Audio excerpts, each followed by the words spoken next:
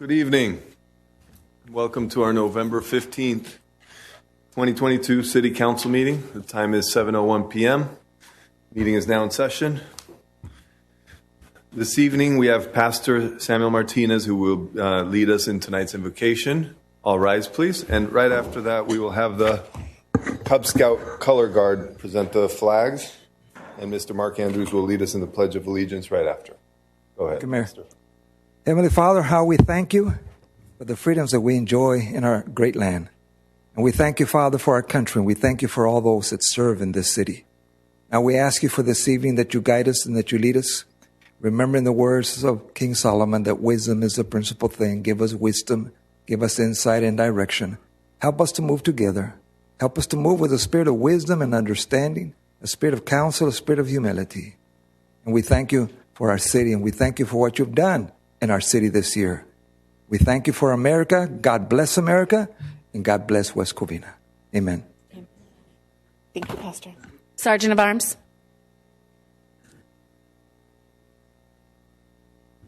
Color guards, attention.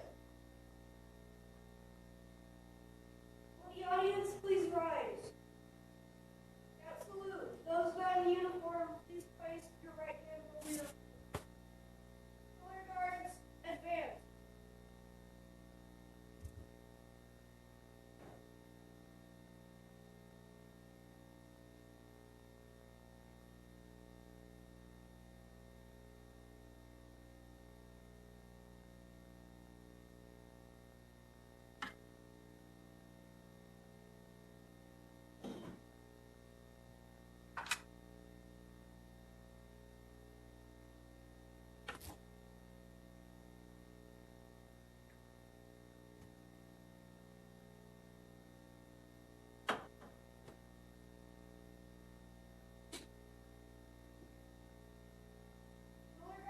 Post the colors.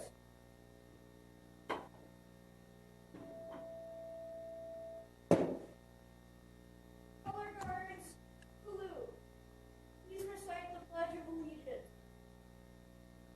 Pledge of allegiance to the flag of the United States of America and to the republic for which it stands, one nation, under God, indivisible, with liberty and justice for all. May be seated. Go ahead. 2. The audience may be seated. Color guards, dismissed.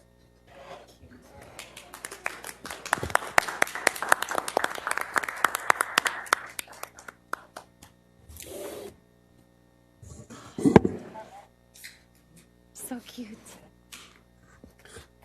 Thank you for that. That was great. Assistant City Clerk, roll call, please. Good evening, Mayor. Councilmember Tabatabai. Present. Councilman Wu. Here. Councilwoman Lopez Viado. Present. Mayor Pro Tem Diaz. Here. Mayor Castellanos. Here.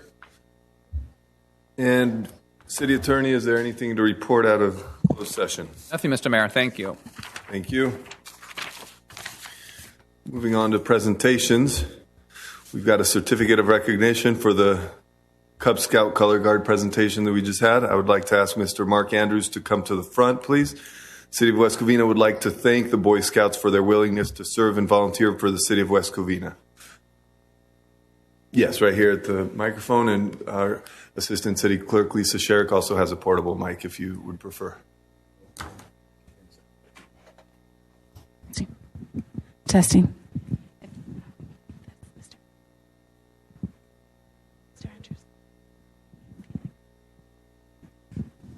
They're on the certificate, Mayor.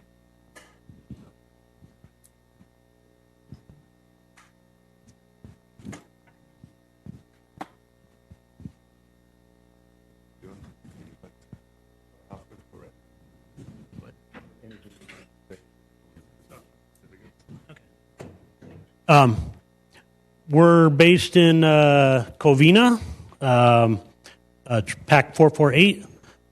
We just want to thank you guys for the honor it is to have us bring up the colors for you. And I know that the kids really like it. They've been practicing since they've been kindergartens, bringing up flags to our den meetings and PAC meetings. So we want to thank you for the opportunity to serve you guys. Thank you very much. And thank you, guys. I'd like to say thank you for coming today, and good job on everything you did today, and keep up the good work. And first, I'd like to invite Matthew Andrews to come up here, please.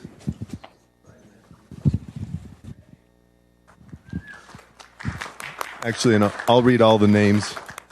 Second one is Manny Arrieta.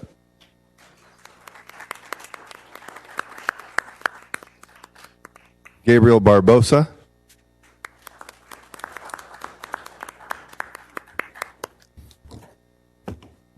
Gabriel Gonzalez. Ivan Perez.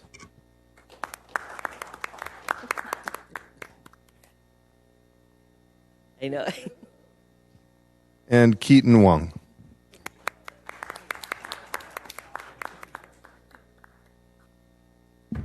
Thank you, guys. Now let's line up. Let's do 3 on each side. Yeah, let's go for a picture again. 3 over here. You guys could stay right there on that side.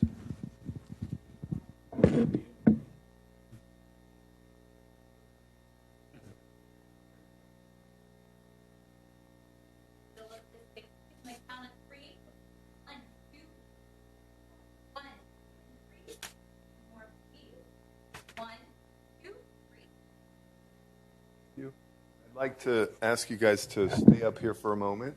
I think they had some questions they wanted to ask. Yeah. Go ahead, guys. Ask So any this questions is what you I'll need. do is I'll leave this mic with you. I'll go Okay. sit back down. That way they could address the council and ask some questions. All right. So these questions, by asking these questions, that will help them earn the Arrow of Light, which just so happens to be the highest rank in Cub Scouts. Great. So I know you guys are busy and you have important business to do. We have 6 questions. You know, if you need to cut it short, that's fine. No, that's perfect. Go ahead and proceed. Go ahead, Matthew. What is your most important responsibility? Good question. Would any of my colleagues like to take that question? Me? Former Mayor, Councilwoman Lady Lopez Viado. All of you. It's actually the people. They're our bosses, those who vote. So they're very important to us. So including all of you. All right. Thank you. What is the biggest challenge facing our community? Tough question. Mayor Pro Tem, would you like to tackle that? Sure. Yeah. Well, we have to make sure that our budget is intact and making sure that we can pay our bills and making sure that our city functions properly and making sure that our city is safe. And those are probably important things, the budget and making sure our city is safe to make sure that our residents are safe. Thank you. Good answer. Thank you. What background or education prepared you for this job? Go for it, Councilman. Thank you. Well, you know, for me, I am a graduate of UCLA, and then I also have a master's from Cal State LA. But I think what really helped all of us to do this job is that we really wanted to serve and serve the community. And so, you know, beyond whatever education you just have to have a willingness to do what's good for people and want to make a difference in the community. Answer. Thank you. Why do you want to be a government leader? Well, that's a very tough question, okay?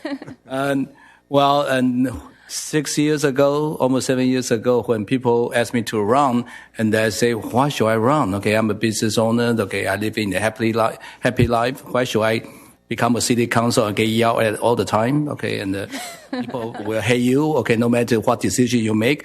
Okay, possible 49% of people will say you did the wrong thing. So, but the thing is give back to community. Okay, I've been extremely fortunate that, okay, I have been helping this city and doing good. Okay, I think this is how, when you grow up, okay, and when you become successful later on, you need to give back to your community. You need to serve, try your best. I know you as a Boy Scout. I was a Boy Scout when I was a kid. And that's why I'm still want to serve, hopefully help our community to best and help our family to raise their family. Hopefully we can make everybody happy, but no matter what, it's your duty to serve. Thank you. Great answer. Thank you. Go ahead. What type of issues does face our community? Okay, I'll take that one. The types of issues that face our community, especially the ones that we deal with, are things like our streets and maintaining our streets, our parks and maintaining our parks. As mentioned before, our public safety, which is our police and fire, our maintenance division. So those would be the top issues that face our city, is taking care of all those things for the residents. Good question. Thank you. And I think we have one more question. How can citizens help you be more effective? Who would like to field that one? Go ahead, Mayor. I'll take that one. The mayor will answer How can citizens this. help us be more effective? I think the best answer I could give is by being involved, by coming to these meetings, and by doing what you young men are doing, which is giving back to your community, volunteering, getting involved, and just being aware of what's going on in the city. So keep it up and come visit us sometime. Thank you guys for coming. Thank you for answering our questions, and thanks for your time and the opportunity to be here. Absolutely. You guys, thank you guys for being here today. Thank you. Keep it up.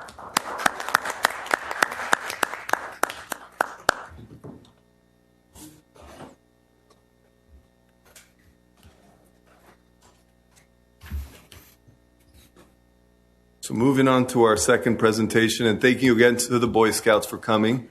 Our next presentation is for Small Business Saturday. This year's Small Business Saturday is November 26th. I'd like to call Ms. Karen Code to the front, please.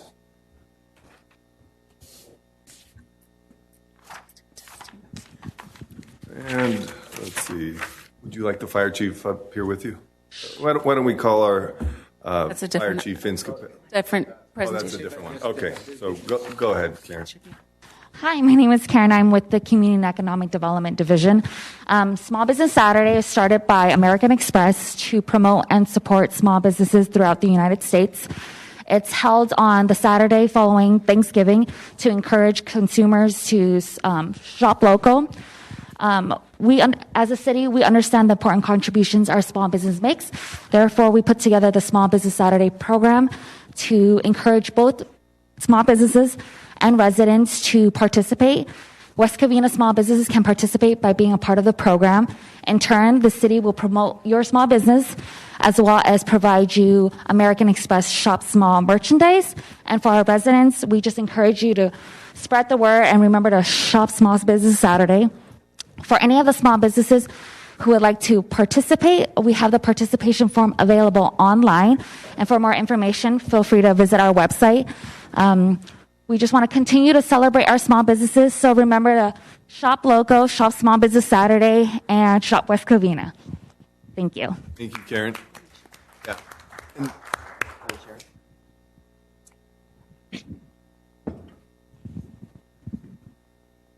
Small Business Saturday is on November 26th. Next Saturday. I can't hear you at all. Hear me? Okay. Small Business Saturday is on November 26th, so it's next Saturday.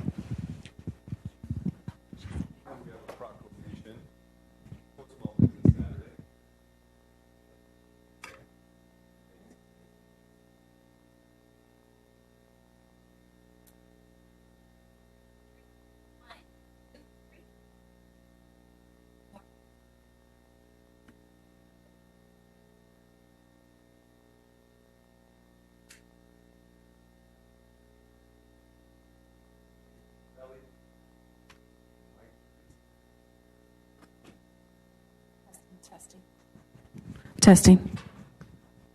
Mayor, council, staff, city.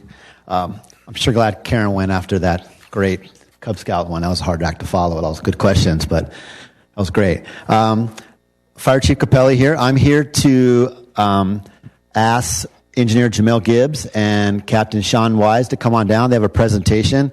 Every year in October is breast cancer awareness, and the fire department and a lot of organizations do a lot of stuff to help bring awareness to breast cancer and to promote it and raise money. And the firefighters did a great thing raising some money, and we're going to present a check. Captain Sean Wise. Thank you. Thank you, Mayor, Council, staff, for letting us come and present today. My name is Sean Wise. I'm the Secretary for the West Covina Firefighters Association. And I'd like to introduce Engineer Jamel Gibbs. He does a lot of our community outreach for the association. He's going to say a few words about the fundraiser that we put on. Good evening. Good evening. Thank you, guys. I'd like to, over the last 2 years, have been selling breast cancer awareness T-shirts through our association, which are these here. And we've been looking for somewhere to donate these T-shirts. And to my knowledge, I didn't even know that we had a City of Hope in our city, like, honestly. I'm recommended by one of our own, since one of our own captains, their wife was diagnosed with breast cancer years ago, and then we were treated by City of Hope. So the recommendation came from him. So I couldn't think of a better place or better place to donate than the City of Hope.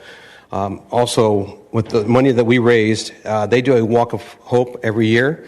Unfortunately, the last 2 years, they were unable to do the walk in person, so they've done it online or virtual, I believe. But it started back in 1997, and it's raised over $45 million since then.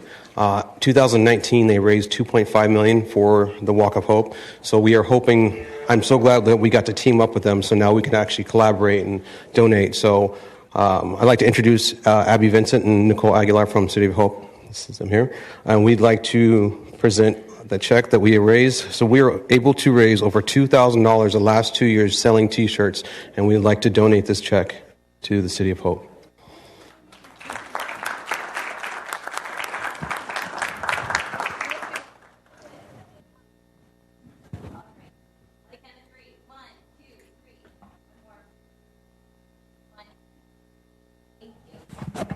And if you guys would like to donate at any time, please visit cityofhope.com so you guys can donate to breast cancer awareness. Thank you. Thank you.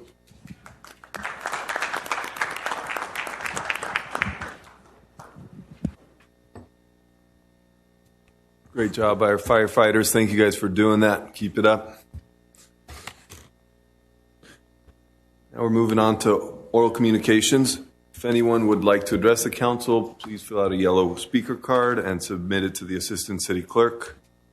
Assistant City Clerk, how many speaker cards do we have? I have 5 speaker cards, Mayor. Thank Our you. first speaker is Matthew Smith, followed by Samuel Martinez, followed by Rambod Sudite.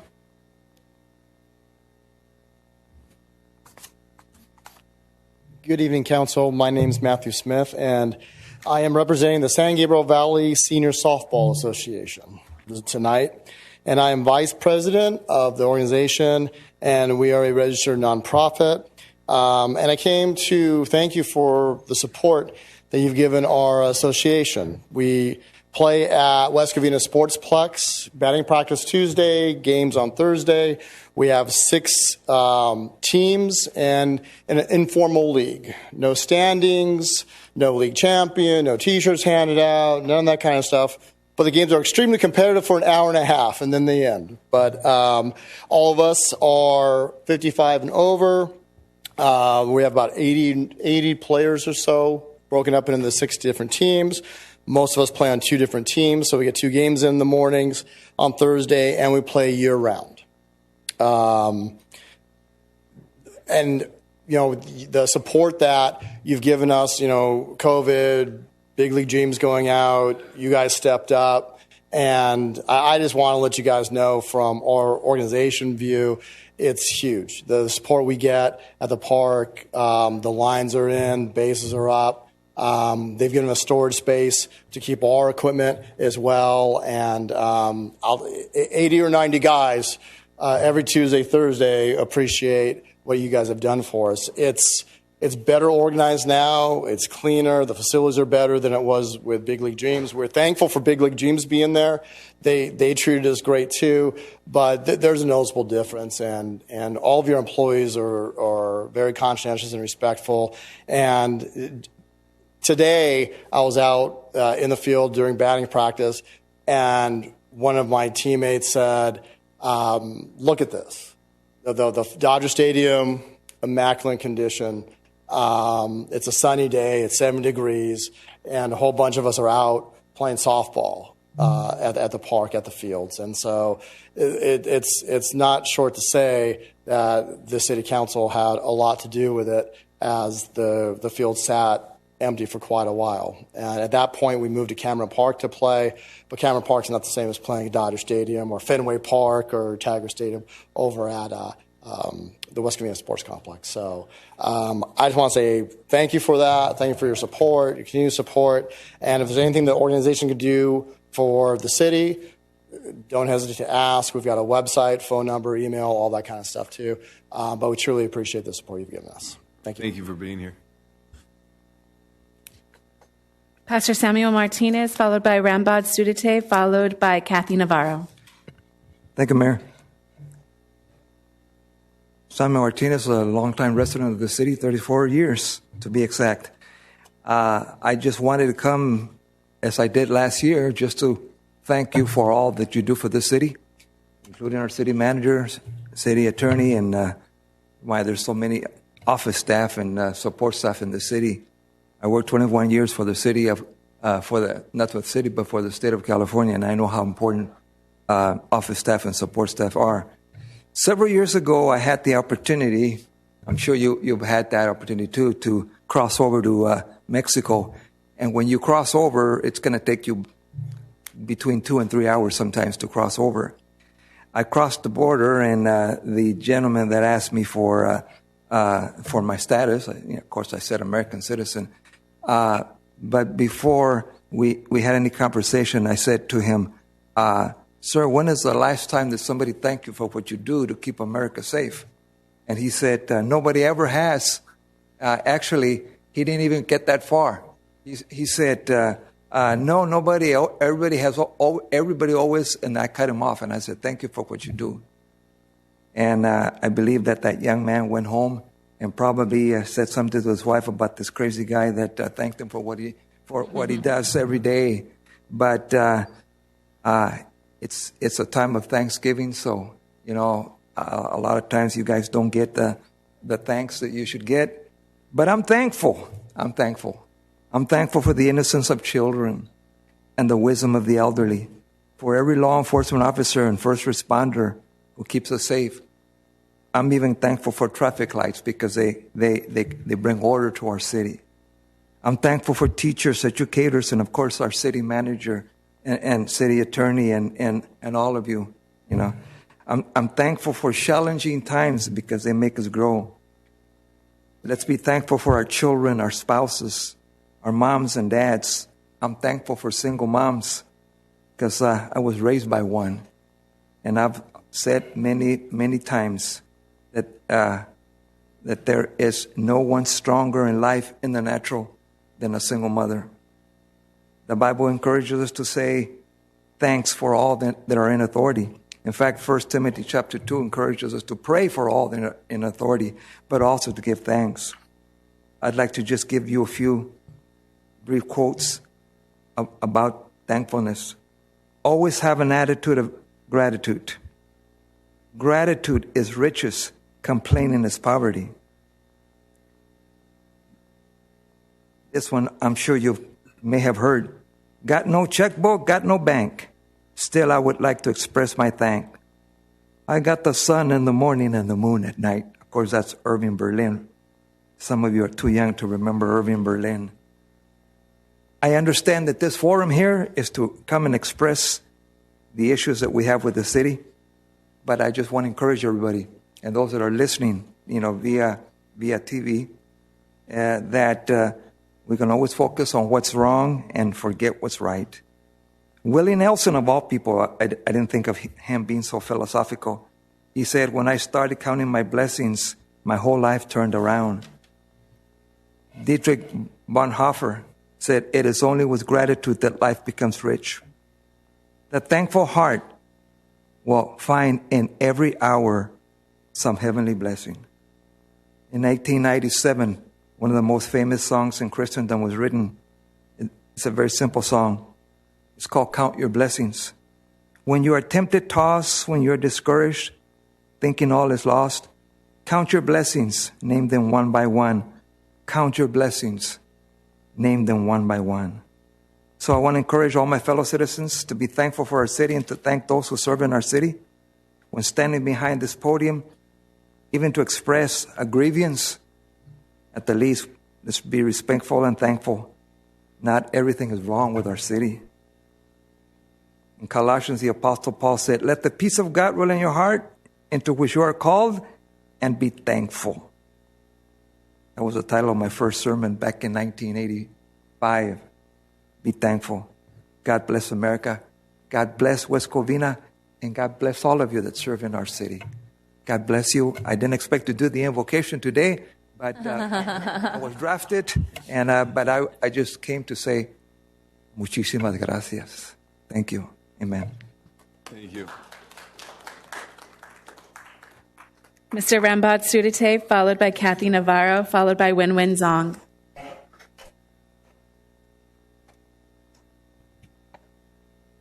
Good evening, Council. Thank you very much. Regretfully, after I left, I heard the comments about my last meeting's notice. I'd like to submit this as exhibits, part of the administrative records, just for clarification. I apologize if I misspoke. When I said windshield on these vehicles, I was referring to the front windows, passenger and the driver. And I have them circled for you so you could see where they are located. And that's in violation of California Vehicle Code 26708. It's attached to, this is the exact same exhibit that I submitted last time. So that was one thing that I needed to clarify. The second issue was I wasn't really complaining about the code enforcement. That's not something that I was here for. The intent for my president last time was to bring about the issue of the policies that the council is bringing down. Code enforcement essentially enforces what this body trickles down to them. So when, as I alluded earlier, on May 17, this body is setting up quotas to have certain citations issues so they can justify the existence, especially for additional staff that the council intends to hire 5 to 10. I'm not sure what is coming about. That's what I was trying to bring up to your attention, more importantly, that setting those numbers might not be fair to them because they feel like they need to go out and do something just to make sure their existence is justified. Again, I want to emphasize it's not about code enforcement. They're just doing their job. And the number two things that I wanted to emphasize again, just to reiterate my position, was the budgeting purposes. I'm sure a lot of you are in business right now and understand that with the interest rates going up, the mortgages dropping down significantly. Just this past week, just yesterday, Amazon laid off 10,000 employees, so many other tech companies. That goes along with what I was trying to say last time. Well, here we are trying to hire 5, 10 more employees, and we want them to be doing the best they can. I don't think it's fair. We really got to think about what we're doing in here. Is it going to be fair to bring them on board, have them here month, 2 months, 3 months, whatever that might be, and then say, okay, you need to go because we don't have the money, there's recession again? We all know the recession is coming. It's inevitable. Everybody knows. So that's what I was trying to bring up. I was not trying to complain about the code enforcement operation. I don't want them to waste time coming here. Their time is valuable. All I want to save the city as much as we can, the expenditure. So there's no reason for them to justify anything. Other than making the correct decisions for this body, that was the main reason I'm here for. I was here for last time as well. So just to clarify, that's about it. I have a question for you. Yes, sir. Who said anything about quotas? I've never once heard quotas be mentioned or brought up, but you've mentioned that a couple times. So just curious, where did you I'm come sorry, up can with you that repeat idea? that again? Quotas. You've mentioned that they have quotas. I have not ever heard that. Curious where you heard that. Well, that's what I played back the May 17 meeting for you, and that had to do with the budget workshop. I exclusively picked the portion that the councilman brought up, and I think I can play back for you. No, I'll go back and look. I was just curious where you But got basically, what it was alluding to, this is the perception I got, and you can listen to it yourself and anyone else. It essentially brings up the fact, it gives the perception that they're going to pay for their operation based on the number of citations they're issuing.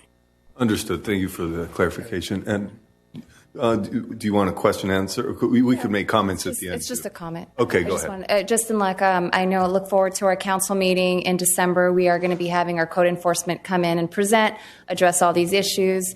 And they don't give citations. They give notice to correct. Citations usually implied with fees attached to it. But they just want voluntary compliance. But they will be coming in December to present. And then, and if you have questions, you're more than welcome to email us, and we'll ask those questions to our code I enforcement. sincerely appreciate that. Thank you very much. But I didn't want them to waste their time for me. No, this is for the general. Okay. Thank you. Thank you so much. Thank you. I appreciate that. No problem. Thank you. And before our next speaker, do you have a comment too? No, it's okay. You can. Yeah, you could have a seat. Okay, thank you. And I just want to share, as I remember, our budget, we only approved 4-person, full time. we modified it, yeah. So we're not hiring any people at all. So, right? Okay, as I remember, our budget that time we amended is a full, rather than 10 part-time, they don't stay with us. We amended to 4 full-time in each of service area. That's the only staff we have.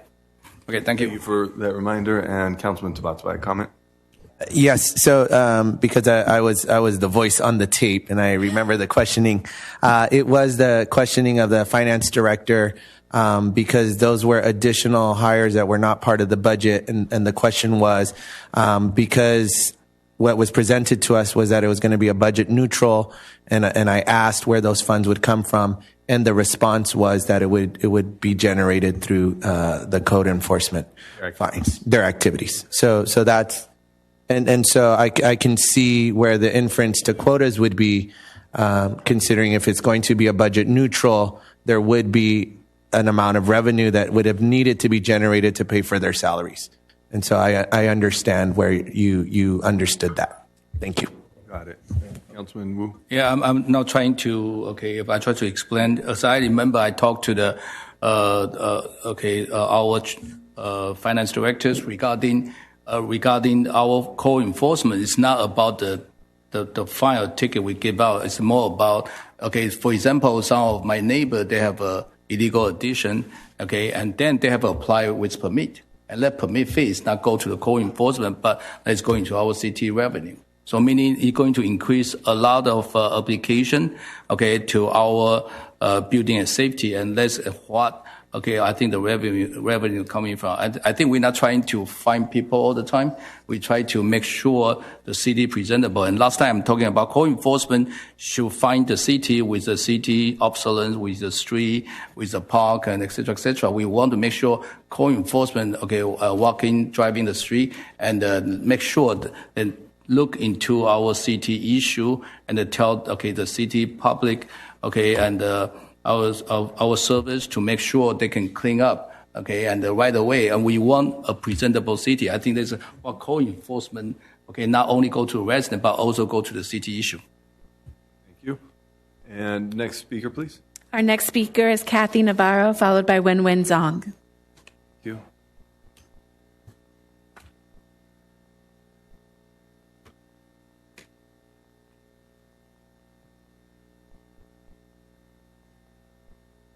I'm Kathy Navarro. This is Hector Ojero. He's on our board. And for Project 2911. For Project 2911. And we're here again to thank you all for coming and supporting us at our fundraising dinner for all of you who came. It was really lovely. We got to receive a nice certificate.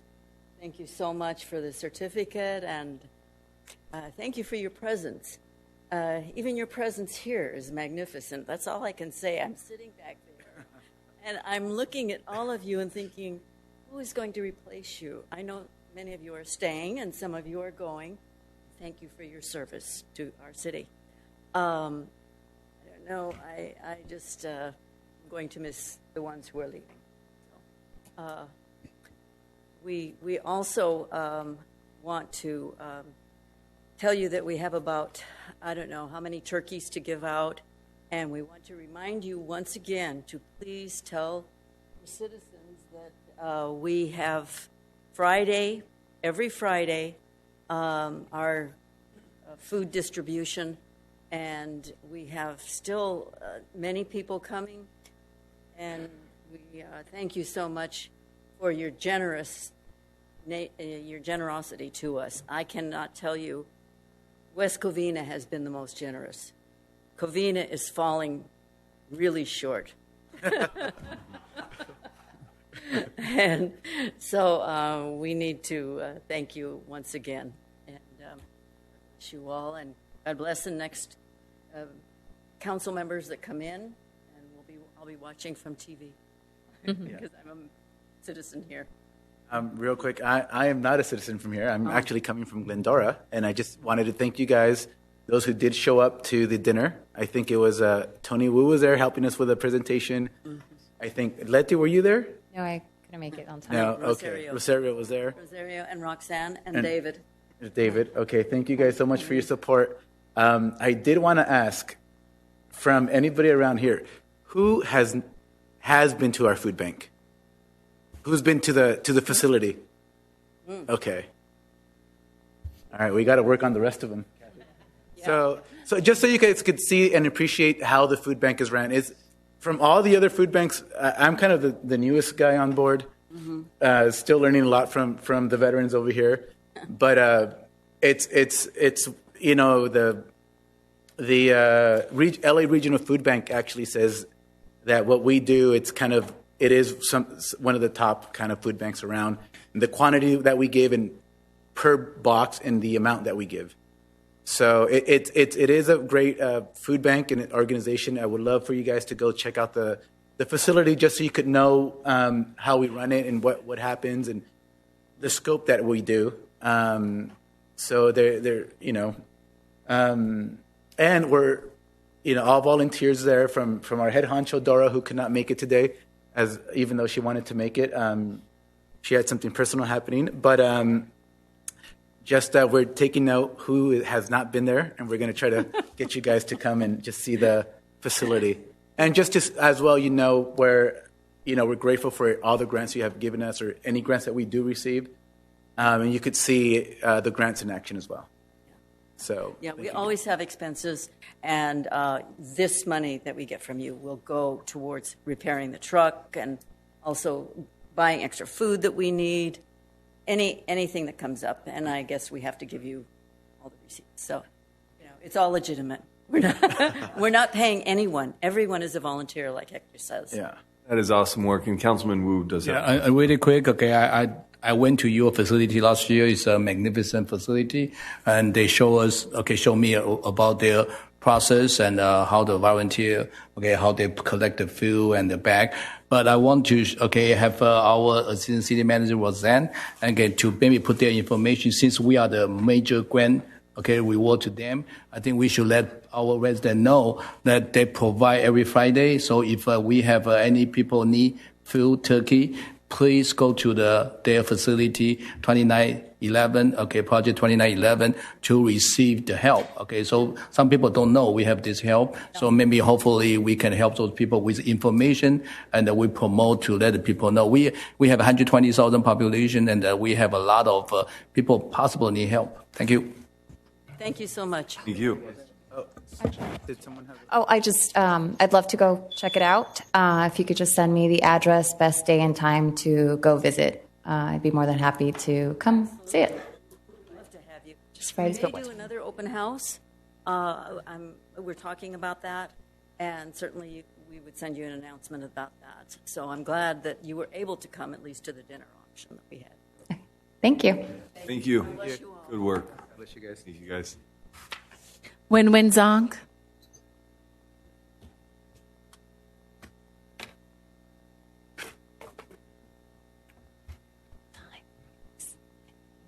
Good evening, Mr. Mayor, City Council members, Mr. City Manager, staff, and everyone in the audience and watching at home. I'm Wen Wen Zhang, West Covina Library Manager. Well, the library is still closed, and we still continue to provide sidewalk service. And the service hours are Tuesday to Saturday, Tuesday, Wednesday, 12 noon to 8 p.m., and Thursday to Saturday, 10 a.m. to 6 p.m. And but if you need to reserve materials, and please call the library. We'll be happy to reserve that for you, and you pick up at a sidewalk service. And the book jobs are open 24/7. You can always return the materials at the library. And we also have laptops for you to check out, laptop with hotspot can check out. And if you need in-person services, please visit our neighboring libraries. And there are quite a few libraries in the neighborhood. And Diamond Bar is one of them, and Walnut, and Baldwin Park, La Puente, and Sunkist, a lot of El Monte, they are all around us. The library, I do not have an update about the library reopening. We are still hopeful the library will reopen next spring. And I think all of us, we're looking forward to the library reopening. Our library capital project staff and our contractors, they're working very, very hard to complete the project as soon as possible. Guess what? We miss our customers so much. We miss serving our community, serving every community folks so very much. And I thank you for your understanding, and thank you for your patience. Well, next week is Thanksgiving. I just wanted to take this opportunity to thank you, the City Council, and City Manager and the staff, and everyone for your support to the library. I also wanted to thank our dear friends of the library, and they work extremely hard. They are so passionate about the library. We feel blessed to have all your support. Thank you very much, and I wish all of you and yours a very happy Thanksgiving. Thank you. Thank you. Mr. Bill Robinson. Okay, one more card. Continued from last time. Yeah, but good evening. But going off script, the statement that code enforcement is budget neutral is absurd. And I'm not a big fan of code enforcement. It's expensive, and I don't think it does much for the city. And I'm biased in favor of using those funds for the police and fire department or almost anything else. I mean, code enforcement is at the bottom of the list. I was off script. I was just prompted to say that because of the previous. Got it. And also off script, in February of next year is going to be 100 years for West Covina. I wonder what your plans are for the centennial. Birthday bash. Now I'm on script. I've wasted a minute.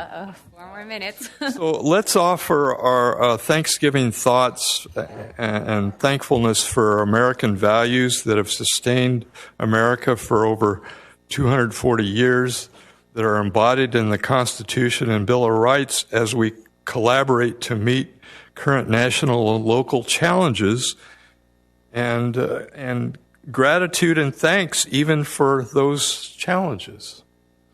So we're addressing current lists of dire social problems. The list includes censorship, both the official and social media.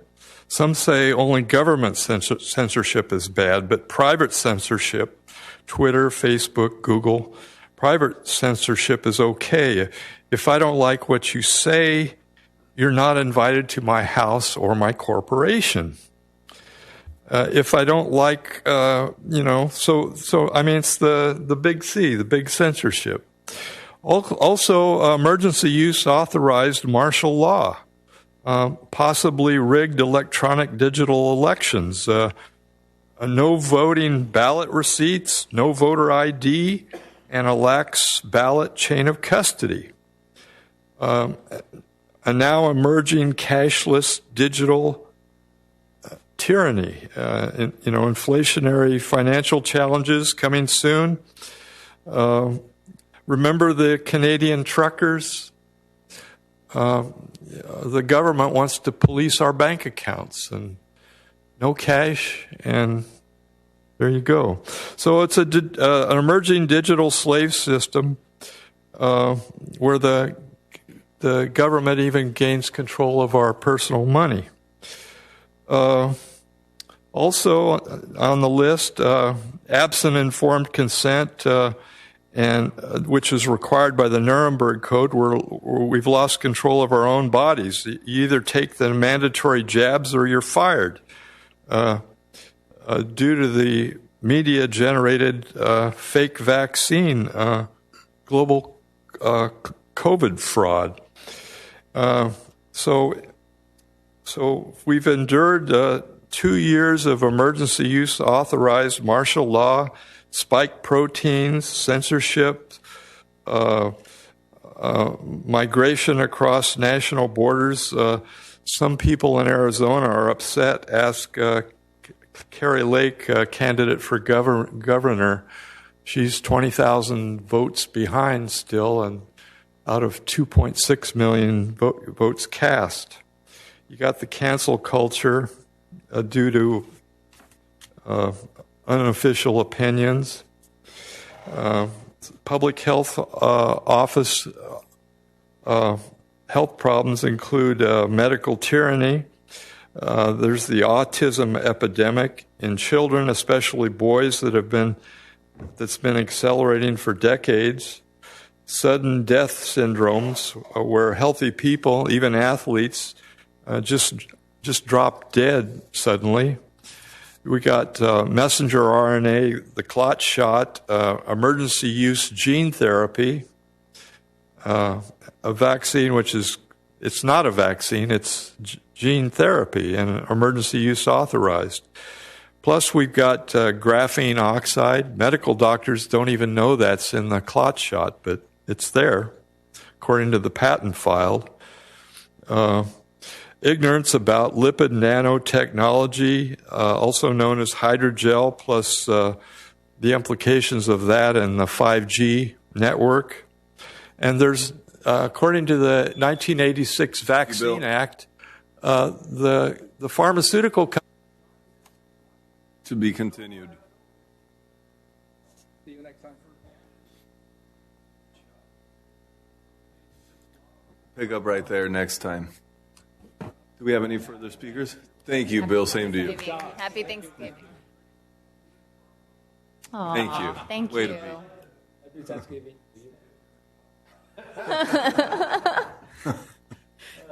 No further speakers, Mayor. Thank you. Thank you to all the speakers and everyone here in attendance. And City Manager, would you please respond to public comment concerns? Good evening, Mayor and City Council, members of the public. I'll try and just briefly respond to the comments that were made tonight. I appreciate the spirit of gratitude that really came through in this season. Mr. Smith and his Senior Softball Association, I've been out there a couple different Thursday mornings. I don't go every week, but sometimes I like to put my eyes on programs, and they all seem to just be very joyful in their use of that field. And I'm glad he came tonight to share that with the council and the public. Pastor Martinez,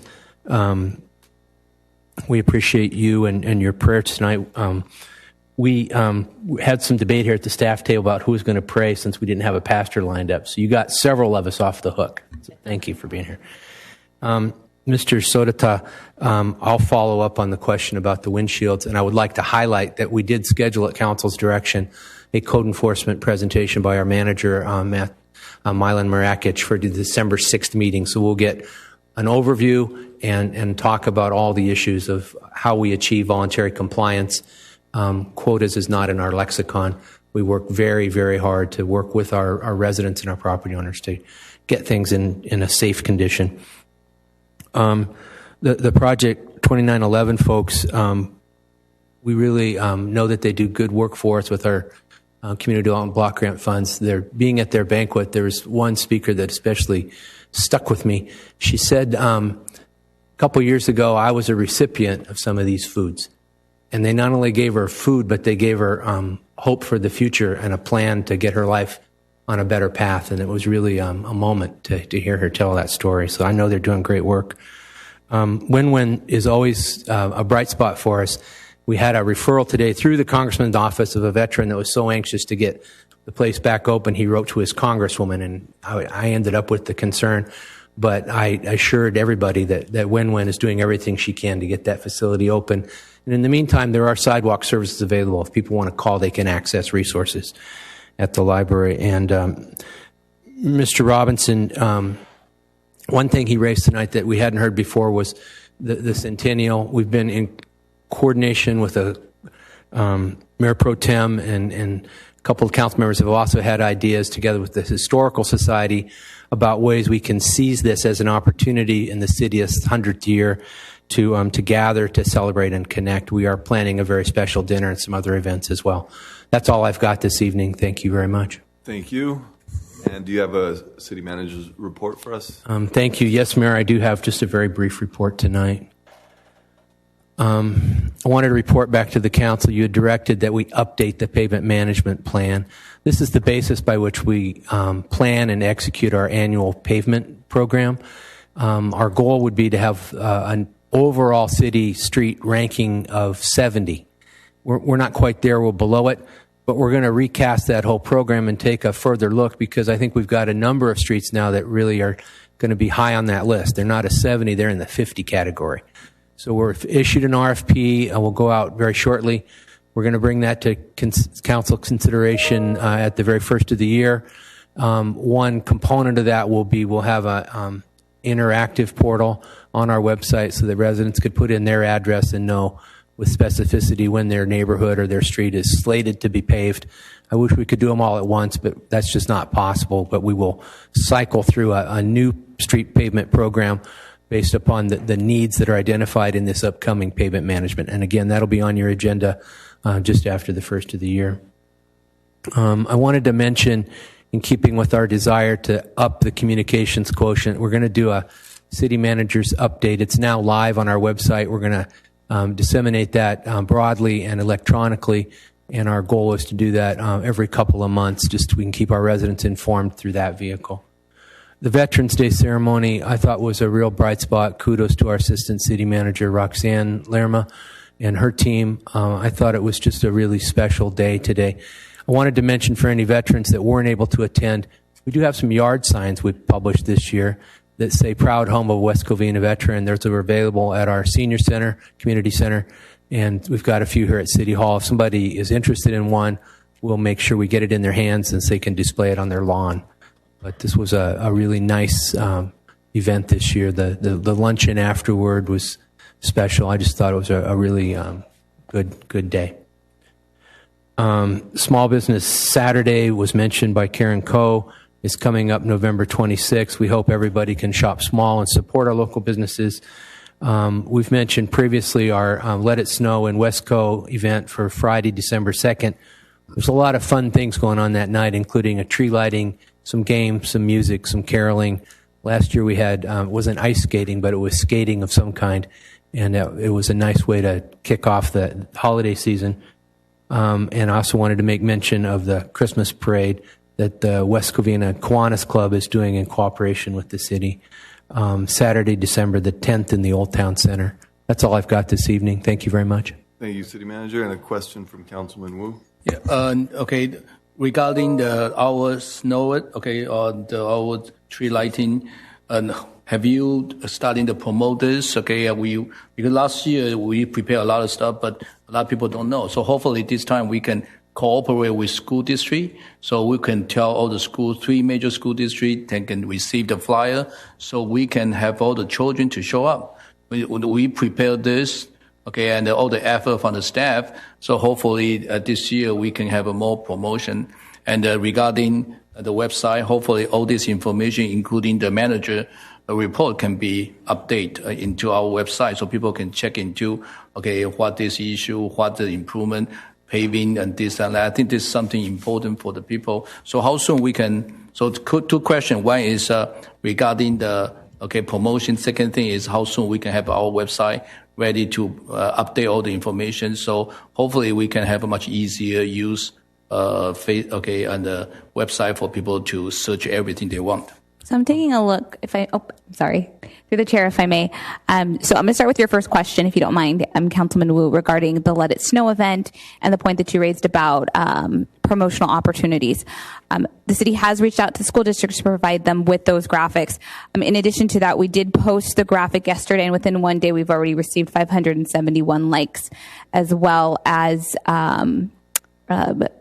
interest from small businesses who'd like to participate as vendors. So we're pretty pleased with so far so good. That's without doing any additional media boosts or pushes. So the word is definitely getting out there. There's a lot of excitement around the Let It Snow event. Some of the conversations that we're having among staff is, do we need more snow? So we're excited for that event. In addition to that, your comments about the special events and highlighting those, as well as the city manager's report on the city websites. Special events are typically highlighted on the homepage. Right now, we're paying that extra focus on the Small Business Saturdays. But in addition to that, the city manager's update is featured prominently in the updated news section. We will be creating a opportunity for residents and community members to submit their emails to receive the city manager's update via email too, just because I know that some people appreciate the convenience. We're not quite there yet, but you can view the manager's update on the website, and our goal is to, with all the departments, updating that on a regular basis. The goal right now is every other month. If we need to increase the frequency, we absolutely will. Those will be separate and apart from the city manager's reports that are provided at the city council meetings. We just, again, want to be able to be transparent with our residents and also provide them with more information, pictures, and again, just updates on all of the fabulous work that the staff and the city council is doing. Thank you. All right, moving on to our consent calendar for our public hearings. We have 11 items on our consent calendar. Are there any that anyone would like to pull? Councilman Tabatabai. Number 8. Okay, and any others? Looks like none, so can we have a roll call vote for all items except for number 8, please? Yes, we have Councilmember Tabatabai pulling item number 8, fourth quarter financial report for fiscal year 2021-2022. Do we have a motion? I'll motion. Second. I have a motion by Councilwoman Lopez Viado and a second by Wu. Councilman Wu, was that you? Councilmember Tabatabai? Councilmember Tabatabai? Aye. Councilman Wu? Aye. Oh, excuse me. Before I take roll call, there's some ordinances I need to read into the record. Go for it.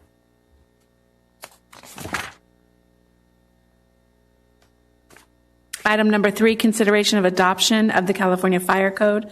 Ordinance number 2053, an ordinance of the City Council of the City of West Covina, California, amending Article 2 of Chapter 10 of the West Covina Municipal Code to adopt by reference the 2022 California Fire Code, which adopts by reference the 2021 International Fire Code, and making amendments thereto. I have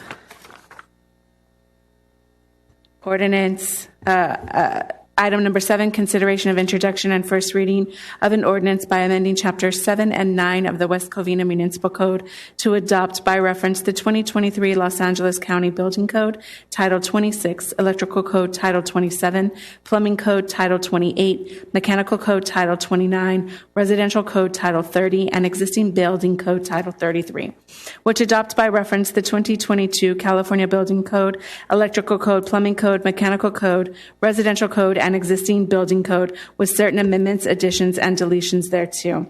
Ordinance number 2508, an ordinance of the City Council of the City of West Covina, California, amending Chapters 7 and 9 of the West Covina Municipal Code to adopt by reference the 2023 Los Angeles County Building Code Title 26, Electrical Code Title 27, Plumbing Code Title 28, Mechanical Code Title 29, Residential Code Title 30, and Existing Building Code Title 33, which adopt by reference the 2022 California Building Code, Electrical Code, Plumbing Code, Mechanical Code, Residential Code, and Existing Building Code with certain amendments, additions, and deletions thereto.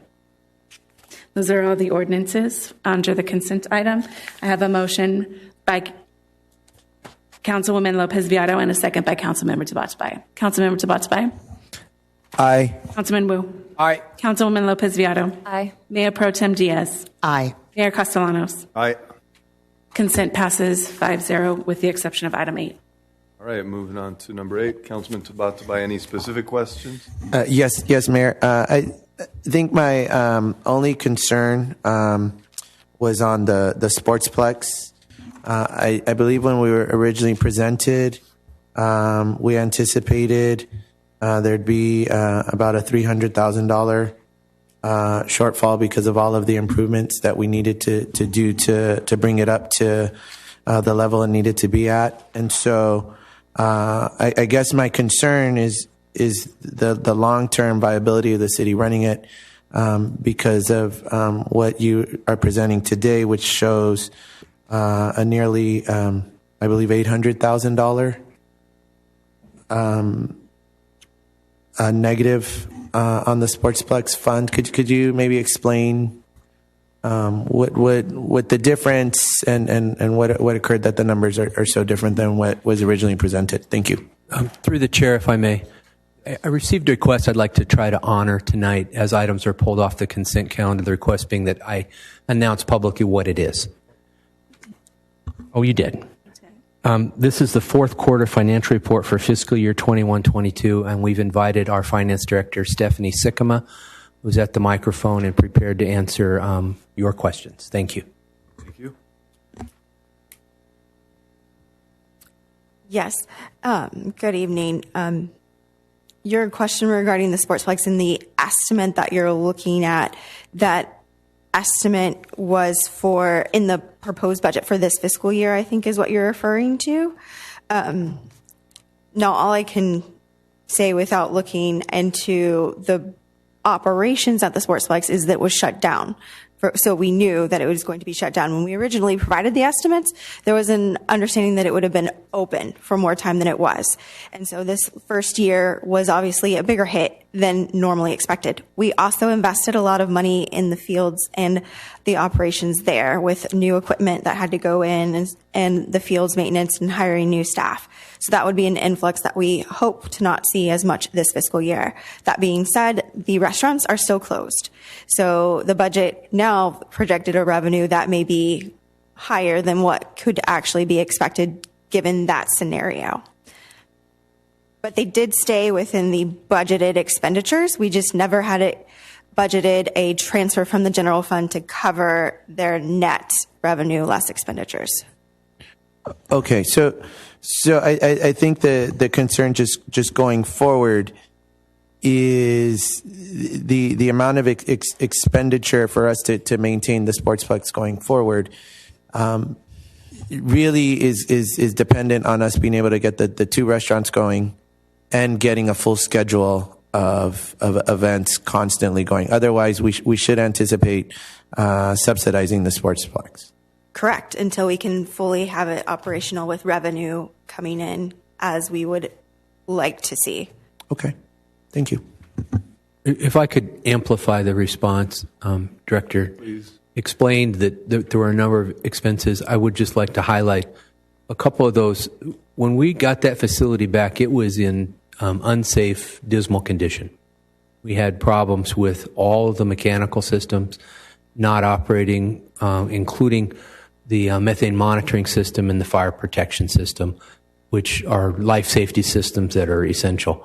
We wouldn't expect to have that level of expenditures going forward, although we do still have a couple of fields we have to get to standard. and there's cosmetic improvements that still need to be done. There's painting and general repairs that will be necessary. But that facility, when we took it back, was in quite poor condition, and we're going to be doing some landlord-tenant litigation about that. Yeah, and I just think the big concern was the $500,000 discrepancy. So I think next year, if possibly we could be presented maybe a more conservative view of the type of revenue we'll be bringing in, so that way we have a clearer picture. Because we understand that the level of need the Sportsplex had to have invested in it to get it up to standard was high. And I think the residents would understand that. So just as we go forward, if we can just hopefully get the number closer. Have a better estimate, definitely. Yeah, and as mentioned, I think I'll just repeat because it's important the residents not forget. This condition we took it over under was abysmal. And I know there's been some people who try to paint a picture that that's not the case, but let me reiterate, it was abysmal. So yes. Thank you for your work. Yeah, and I know you're aware about Definitely. So thank you, and thank you, David. Thank you, Steph. We'll take your direction in terms of the budget. We'll pay attention when that comes forward. Thank you. Thank you. Yes. I'll move. Okay, I'll second. Huh? Tied for second. I have a motion by Councilmember. That's why I'll let him have it. I'll have it. A motion by Councilmember Tabatabai with a second with Councilwoman Lopez Viado for item number 8. Next time. Councilmember Tabatabai. Aye. Councilman Wu. Aye. Councilwoman Lopez Viado. Aye. Mayor Pro Tem Diaz. Aye. Mayor Castellanos. Aye. Item passes. 5-0. Thank you. I know I'll let him move it. Okay. The last days we can't. Now on to public hearings. Number 12 is consideration of code amendment number 22-03 and zone change number 22-02, creating the mixed-use overlay zone and related standards and multifamily objective design standards, as has been prescribed to us in all cities by the state of California. This matter set for public hearing consists of what I just read.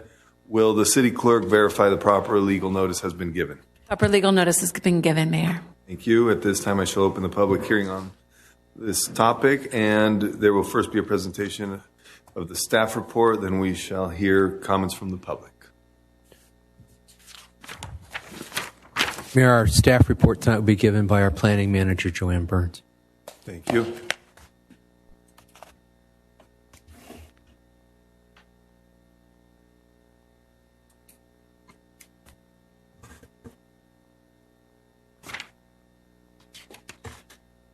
Good evening, Honorable Mayor, members of the City Council, and also members of the public. This item is before you because there are certain issues that the city needed to address. First off, the city's general plan that was adopted in 2016 allowed residential and commercial zones. However, residential developments do not have development standards in commercial. The commercial zones do not have residential development standards in the zoning code. So this would address the what's required in the general plan and would make it consistent with the city's general plan. The overlay zone will also allow the city to meet the new RENA numbers, which is consistent with the underutilized properties identified in the draft housing element document, which the City Council will be reviewing at tonight's meeting. The proposed objective design standards would apply to all multifamily residential development. This is necessary because the state requires cities to approve certain multifamily residential projects without discretionary review. We are required to approve multifamily residential projects providing at least 20% housing in low and very low income categories with deed restrictions by right. For some cities, this figure is 10% of moderate income. West Covina got a little bit of a break there because the city was able to meet its RENA in the last cycle for the moderate income category.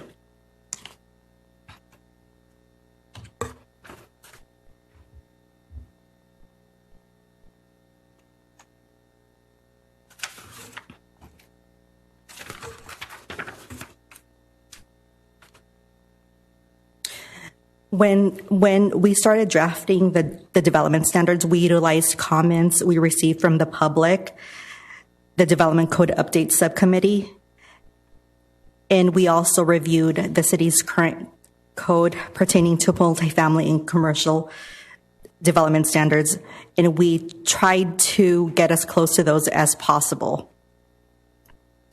As far as uses is concerned, the mixed-use overlay zone, just to clarify, if this is adopted, commercial-only development in commercial zones will still be allowed. This would not prohibit strictly commercial development in commercial zones, so that will not change. This is only a method so that we can allow multifamily or mixed-use development in our commercial zones in addition to commercial development. As far as the process is concerned, the ordinance will work with the objective design standards. A precise plan review process will still be required, and Planning Commission review will still be required for projects that the state does not mandate be approved by right. So for any mixed-use projects and for any projects involving commercial projects or some residential projects, it still would be approved through a precise plan process, which requires Planning Commission review and approval, and City Council if it's appealed. As far as the density is concerned, the maximum density is referenced as what's allowed in the general plan. Currently, the general plan allows for up to 20 units per acre of residential development in all commercial zones. So this would be consistent with that.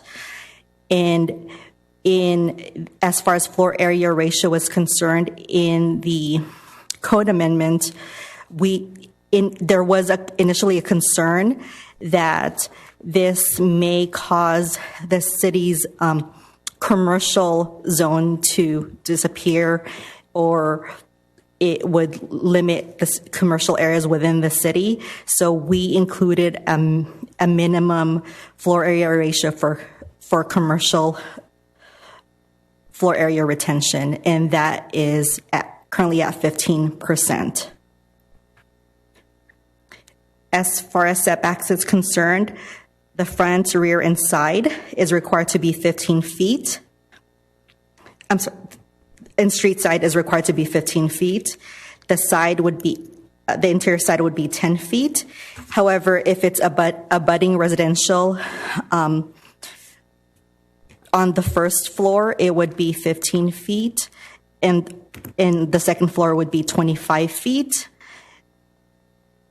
And if it's a 3-story, it would be 40 feet. As far as height is concerned, the maximum height allowed would be. Joanne, let me interrupt right there. Did you say 40 feet is the height limit? 45. 45. Okay. Yes. The setback is 40. Setback is 40. Yes. Okay. If it's abutting residential. If it's a 3-story development, the setback is 40 feet. Got it. Yes. But the height limit is still 45? The height limit is 45 if it's within 100 feet from residential. And if it's a commercial development that's beyond 100 feet from residential, there would not be any height limit. Okay. And this is what the city's current code has in terms of the commercial zones are concerned. Okay. So it's consistent with what we currently have. recreational space, we require 200 square feet minimum private and common open space, which is consistent with the multifamily current multifamily requirement in the code. The landscaping, all landscape areas are required. All open areas are required to be landscaped. And parking lot landscaping is required to be consistent with the commercial standards. So there's cross-referencing between the overlay zone and the commercial standards zone in our municipal code, and also we've made it similar to what we already have in the to the multifamily zone.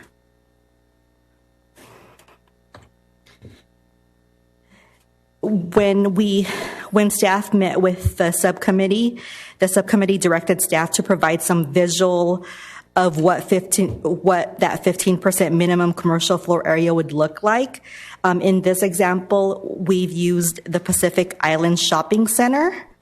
So the Pacific Island Shopping Center is currently 614,164 square feet.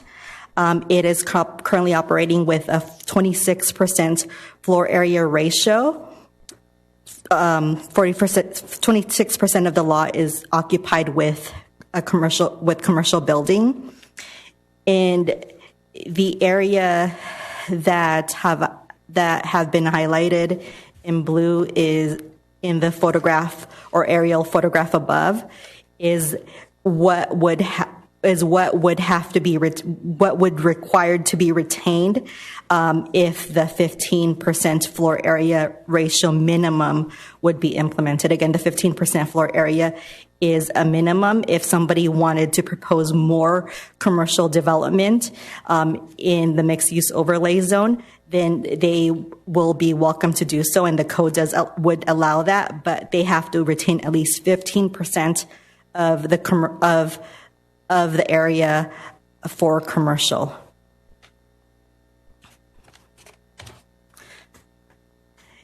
The other aspect of the overlay zone is the multifamily objective design standards, which will apply to all multifamily residential developments, but would not apply to the downtown specific plan or downtown plan area.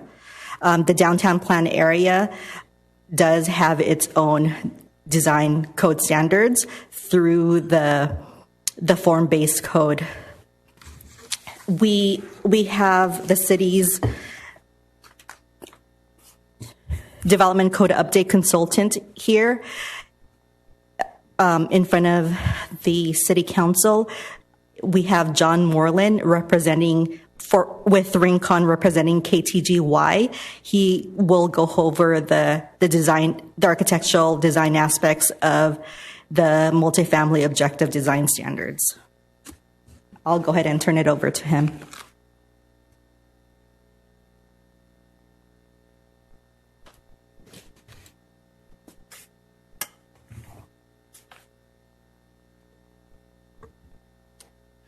Good evening, Mayor Pro Tem, City Council members. John Moreland with Rincon. There we go. Regarding the objective design standards, as Joanne mentioned, essentially SB 330 does require the city to evaluate future residential multifamily projects, as well as mixed use that have at least a 66% component of residential, to evaluate a project based on objective design standards. So essentially, development standards that are measurable and not subjective. An example of an objective design standard is a building shall be set back approximately 30 feet from the property line.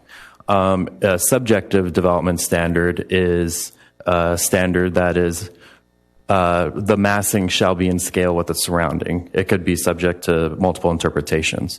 So what we did is we essentially categorized the objective design standards into the 8 categories here. So neighborhood compatibility is essentially how a site interacts with its surrounding and its context. Building orientation, so essentially how the proposed residential building would be oriented towards the street, as well as its side and rear properties. Massing and articulation, we definitely want to avoid long, expansive walls without any type of breaks. So, including requirements such as items such as windows or second-story step backs. That's included in that section. Access and circulation, how pedestrian and vehicular circulation interact within the site. Landscaping, walls, and lighting. So provisions for minimum light intensity, as well as wall decoration or wall material requirements. Architectural elements, so requirements such as entry design, windows, as well as utilities and service areas. So want to also make sure that the back of house portions of the residential multifamily are have objective standards for the trash enclosures, as well as other necessary utilities. And just to kind of highlight a couple of the objective design standards, the massing breaks, massing breaks are required. There's essentially a list of 8 different techniques. So what our goal is when we did this is not to be extremely prescriptive in the objective design standards. We want the architects and designers of these future residential developments to encourage creativity.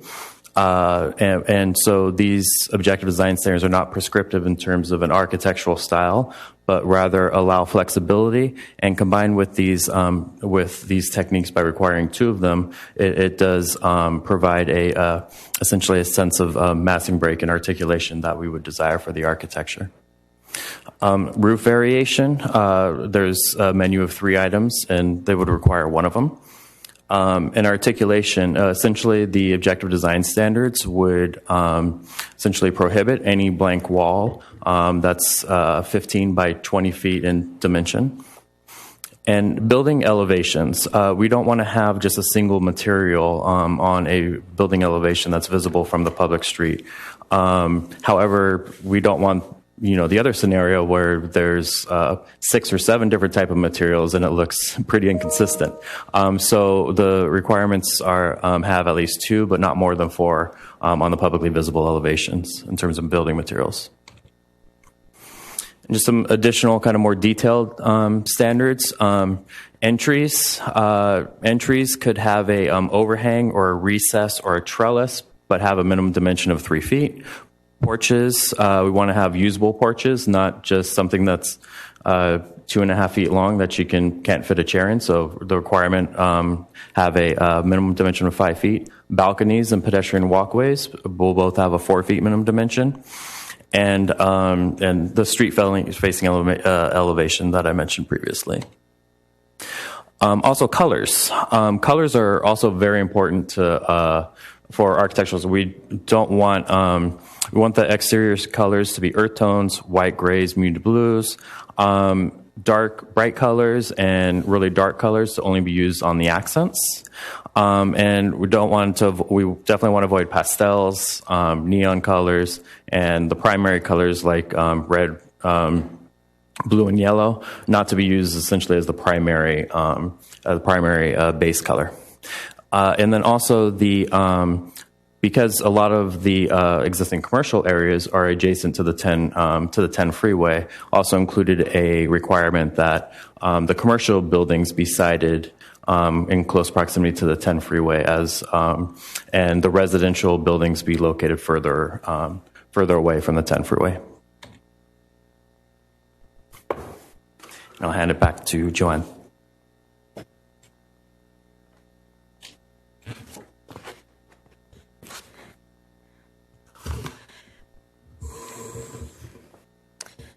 With this, Staff is available to answer any questions. Staff is recommending that the City Council conduct the public hearing and introduce the ordinance and also adopt resolution number 2022-109 and introduce ordinances numbers 2507 and 2506. If the City Council has any questions, we'll be available to answer. Thank you. Yes. Do we have any written protests, objections, or comments regarding this? No? Not for this item, Mayor. One present wishing to comment? Okay. And I shall now close the public testimony portion of the hearing and ask for council discussion. And any questions of city staff?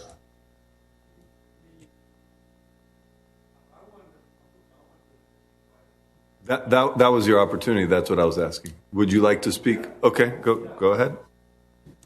I don't know. Yeah, just for everyone's info, at that moment, it'd be good to include that on your yellow card. Go ahead, Mr. Robinson.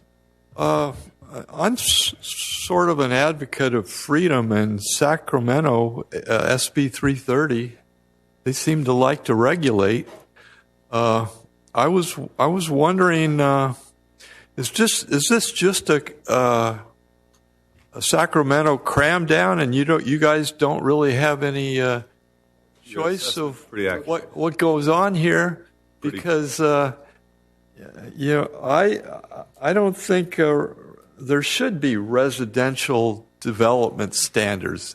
It goes back to what I was saying before about, government censorship is bad, but private censorship of Facebook, Twitter, that's okay. It's private. Well, this is private development here. And why is Sacramento getting into this? I mean, if I put a roof on my house or add an addition to my house, I have to come down here to the building department and, disclose everything, and you guys already regulate that. I think if I don't mow my yard enough, you guys regulate that too. But I was just wondering if the condos and the townhouses that exist in West Covina were noticed about this subject. I mean, there was a development over on Roland, and we argued about that. The public had planning commission hearings, and people were protesting, and that was before SB 330. And I noticed the letter upstairs, they were complaining about an environmental impact report being inadequate. And I was here and at the Planning Commission raising hell because there was no EIR for the damned Amazon project, which ended up in court. And I'm happy now because not of what the city council did about that is the court figured it out and the court stopped it because you guys wouldn't. But, this is another cram down from Sacramento, and I think the townhouses and the condos in the city ought to be noticed about this subject, and then maybe this should be tabled now and reheard. But from what I heard, regulating the colors of the paint, and it seems like micromanagement, and you guys already have enough on your plate already, and this kind of a regulation, boy, Sacramento just loves stuff like this. So I'm going to wish you happy Thanksgiving again, and I'm just going to sacrifice my last 2 minutes. So. Thank you. Yes. Really appreciate it. Well, I'm not the brightest guy in West Covina, but you already know that. But anyway, that was my 2 cents.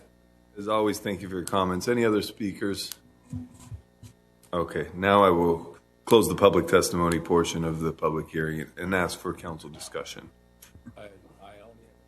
Go ahead, Councilman Wu. And just like Bill say, we don't have too much to say. This is basically, he kind of threw it to us, okay, in Sacramento, okay, and we just need to go through it. Okay, my understanding is because the NENA and the requirement that Sacramento, the state, want us to build more houses, okay, residential houses. So now they go into the commercial, okay, our shopping center. They basically want us to let people convert the shopping center into mixed-use housing. So that is what this is about, okay? And then that's why we have the consultant and they're paid by the state grant and to put this together for the city have to comply. And that's basically my comments, that we have not too much thing to say. We just have to approve what state and they want us to do because we basically have no local control anymore, okay? Meaning now the Sacramento will tell us what you have to do and we just have to do what they ask us to do. So in that way, we don't lose our grant, we don't lose our other stuff. So, but at least we have some, and I think I went to the subcommittee with the mayor, okay, Dario Casiano, and a couple of planning commissioners. Okay, we went through how many times? 4 times, 5 times? And we tried to add some of, at least we have some control, like 15% at least commercial, mixed use. Because we cannot have a jungle of housing. Then where's the service? Where's the tax dollars, okay, coming from the city, and where's people shop? So the shopping center is important to us, where people can have at least a place to go to have a dinner, lunch, and this and that. Okay, look at some of our squares, very, very successful. And possible in some square, like in Azusa, couple of the property, maybe they in question, but again, it's a management issue. Hopefully they can improve their management and then they can have a much better business. But other than that, I don't think we can do too much, right? Joanne, am I right? That's correct. We're trying to control as much as we can. So basically, we cannot do anything. We cannot even change anything. So we just rubber stamps. So move the motion to approve. If I may, I need a motion for each separate item. So if I can have a motion for ordinance number 2507. I'll make the motion. So we got 2 motions for each, and well, and we second both right now. I need to take them in order. Okay. In order. So far I have a Thank you. motion by Mayor Pro Tem Diaz, or Tony. Did you want to motion that? You can second. And I'll second Tony's motion on the first part, and then we'll roll call on that. A rubber stamp. Yeah. Okay, so I have a motion by Councilman Wu and a second by Mayor Pro Tem for ordinance number 2507, an ordinance of the City Council of the City of West Covina, California, approving zone change number 22-02, creating the mixed-use overlay zone. Roll call, please. Councilmember Tabatabai? Aye. Councilman Wu? Aye. Councilwoman Lopez Viado? Aye. Mayor Pro Tem Diaz? Aye. Mayor Castellanos? Aye. And then a motion for ordinance number 2506. I'll move that motion. Second. Ordinance number 2506, an ordinance of the City Council of the City of West Covina, California, approving Code Amendment number 22-03 related to the mixed-use overlay zone standards. Councilmember Tabatabai? Aye. Councilman Wu? Aye. Councilwoman Lopez Viado? Aye. Mayor Pro Tem Diaz? Aye. Mayor Castellanos? Aye. Approved 5-0. And then if I can have a motion to approve resolution number 2022-109. I'll move it. I'll second. Councilmember Tabatabai? Aye. Councilman Wu? Aye. Councilwoman Lopez Viado? Aye. Mayor Pro Tem Diaz? Aye. Mayor Castellanos? Aye. Item passes 5-0. Thank you. All right, moving on to item number 13.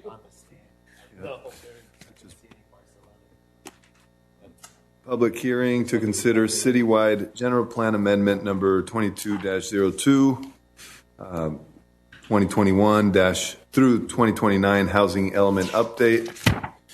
This matter set for public hearing consists of the general plan amendment number 22-02 for the years 2021 through 2029 housing element update. Will the city clerk, assistant city clerk, please verify the proper legal notice has been given? Proper legal notice has been given, Mayor. Thank you. And at this time, I shall open the public hearing on the project. It will first be a presentation of the staff report, then we'll hear comments from the public. And Mr. Carmody, who will present the report? This report will also be given by Planning Manager Joanne Burns. Thank you.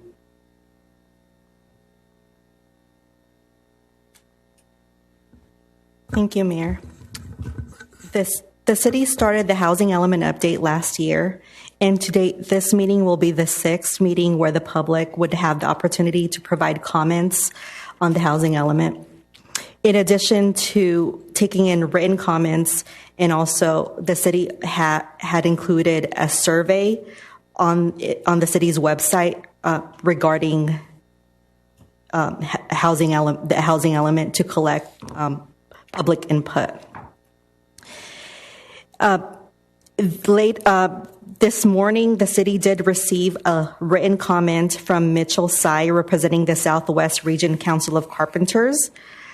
The letter recommended that the city require the use of a local skilled and trained workforce to benefit the city's economic development and reduce greenhouse gas emission.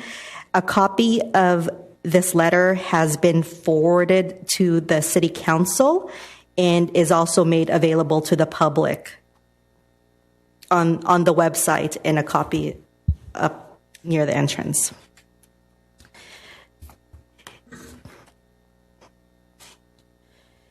The housing element updates are required by the state every 8 years.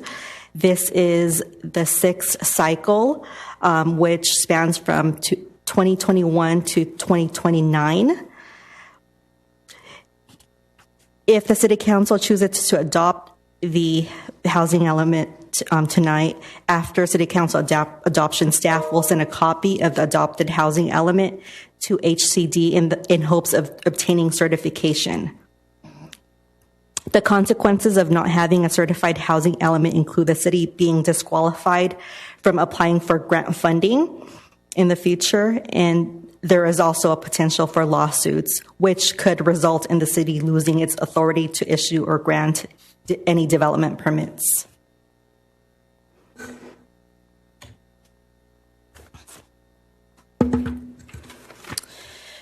The key requirements for the housing element include housing for persons with special needs, and these persons are identified as the elderly, large families of 5 or more, persons with disabilities, homeless individuals, female-headed households, and farm workers. The regional housing needs assessment, and also affirmatively furthering fair housing.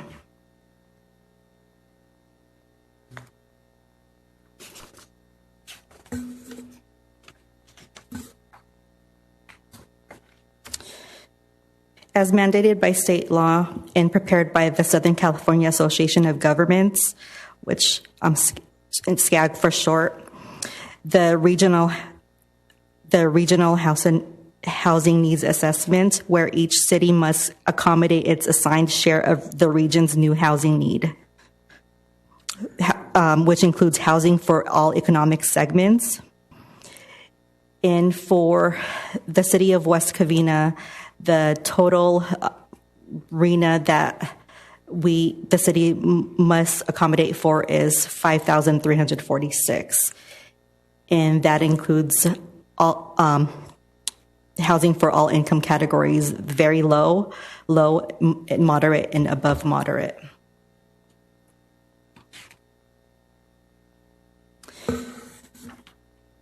And on the projector is the summary of the site's inventory. Currently, the city has approved a total of 379 housing units, which included the specific plan multifamily residential development that are currently under construction that the City Council and the Planning Commission approved within the last year.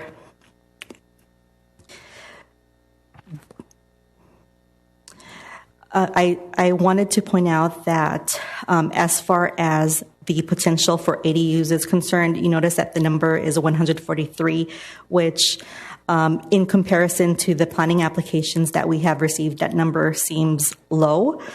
However, although the city has approved over 300 applications for ADUs since the year 2020, but not all of them have obtained building permits. So the state only allows us a limited capacity contributed by ADUs because not all of our ADU applications that have been approved have obtained building permits within the last couple of years. The total inventory in the site's inventory list for housing is 9,386 in comparison to our RENA number of 5,346, which in this case exceeds the RENA by a generous amount. However, when we do send the housing element draft to the state, there is a potential that the state may not accept some of the sites identified. So we had left this buffer so that if there are some sites that are eliminated, we would get closer to the RENA and be able to meet that.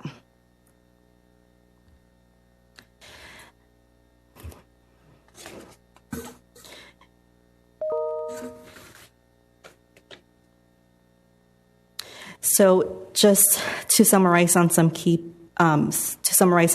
points regarding the RENA. The city must ensure that regulations provide opportunities to accommodate the RENA allocation for all income categories. In the last cycle, we were able to meet the RENA number for the moderate and above moderate income categories, but we were not able to meet the RENA in the low and very low income categories. In this, as far as the state has an assumption that at least 30 units per acre is assumed to be appropriate for lower income housing categories, which would be similar to development such as the Colony or potential multifamily development that we would be able to accommodate in the city's downtown plan. Projects are not. There is no requirement that any project would completely match the income assumptions. However, we must have documentation that would show that we would have areas where the RENA can be provided. If the city does not provide or accommodate the RENA by the next cycle, then there may be streamlined permit processing required for some projects. For example, in the city of West Covina, we are in the list for SB 35, which requires that the city approve multifamily projects ministerially and streamlined if they provide at least 50% in the very low and low income categories. We have not received any projects for the city that had at least 50% in the lower income or very low income categories, but this is a requirement that the state imposed because we were not able to provide sufficient housing in those categories in the last cycle. There are some cities that have that with stricter requirements because they did not meet all income categories or meet any in the moderate to higher income categories.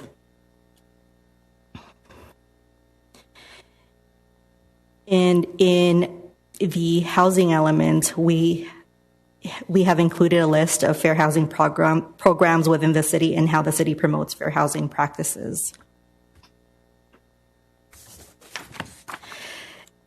As far as the next steps are concerned, the Planning Commission recommended that the City Council adopt the draft housing element. This was presented to the City Council, to the Planning Commission last month. The City Council, if the City Council adopts the housing element tonight, we will send HCD a copy of the adopted housing element in hopes that they will certify it. If not, they would provide very little clerical comments so that we can hopefully get it certified soon.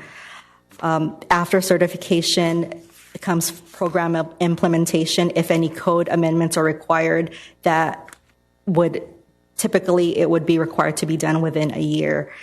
And in the process, the city is also working on the development code update. So if there are any tweaks that is required or needed in the housing element, then we can address that in the development code update. That is due to be completed next year.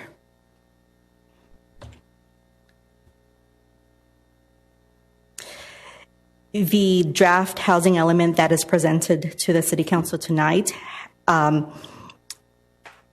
addresses all comments provided by HCD, and the same comments have also been discussed at the Planning Commission meeting.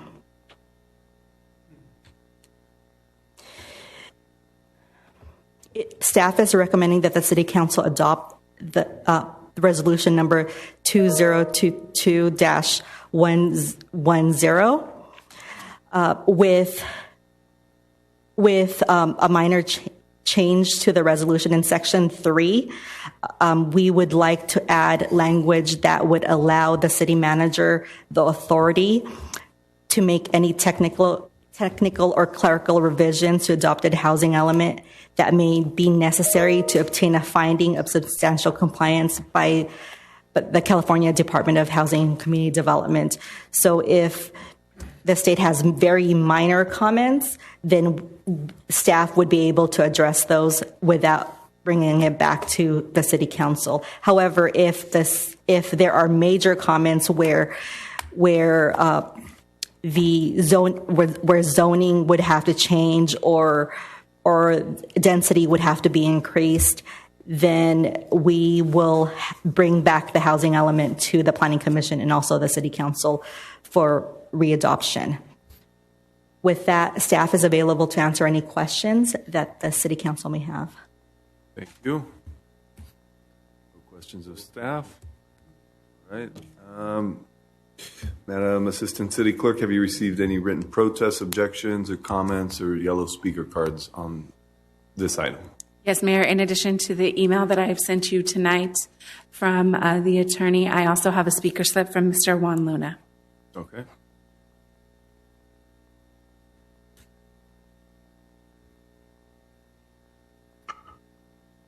Good evening, Mayor Pro Tem, and council members and staff. My name is Juan Luna. I'm a member of the Southwest Mountain States Regional Council of Carpenters. I work and recreate in the vicinity of the project. I believe that I will be impacted by the environmental impacts of the project. The city should require the project to be built with contractors that will hire locally, pay prevailing wage, and utilize apprentices from the state certified apprenticeship training program. Workforce requirements reduce construction-related environmental impacts while benefiting the local economy and workforce development. In a recent 2020 report titled Putting California on the High Road, a Jobs and Climate Action Plan for 2030, the California Workforce Development Board concluded that investments in growing, diversifying, and upskilling California's workforce can positively affect returns on climate mitigation efforts. The South Coast Air Quality Management District recently found that local hire requirements can result in air pollutant reductions. Recently, the state of California reiterated its commitment towards encouraging workforce development and housing affordability through the Affordable Housing and High Roads Jobs Acts of 2020, otherwise known as Assembly Bill 2011, which requires projects to pay workers a prevailing wage and hire from state-certified apprenticeship programs for projects meeting certain sitting, affordability, and development standards. That's all I got. Thank you guys very much for your time. Thank you. Mayor, Mr. Alicantos wanted to speak as well. Thank you. Thank you very much. Good evening, Mr. Mayor and Madam Pro Tem and members of the City Council. Oli Cantos, West Covina.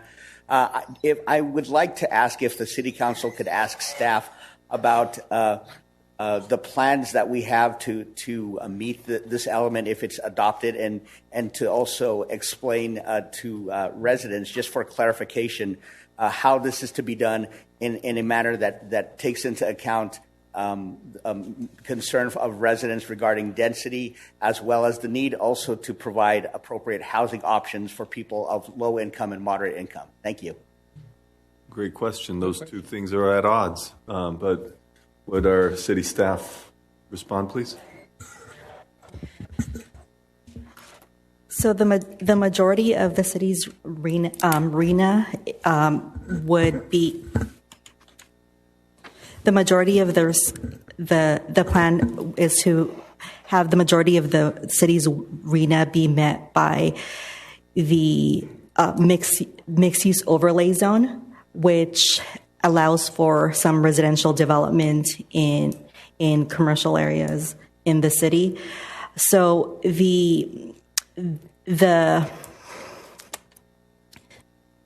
city site inventory that's included in the housing element includes a list of properties that are considered underutilized, and a majority of those properties are commercial properties that are in the mixed use overlay zone. So these properties include most commercial properties with areas that have no potential for being residential removed, such as car dealerships. We are not allowing any housing developments on car dealership properties, gasoline stations, and recently developed or currently being developed properties such as the shopping center with the grocery store on Garvey and Citrus, and also the certain fast food restaurants such as McDonald's or In-N-Out that would never be residential development. In addition to that, the city does have a downtown plan and code area, which requires for higher density development that would be able to accommodate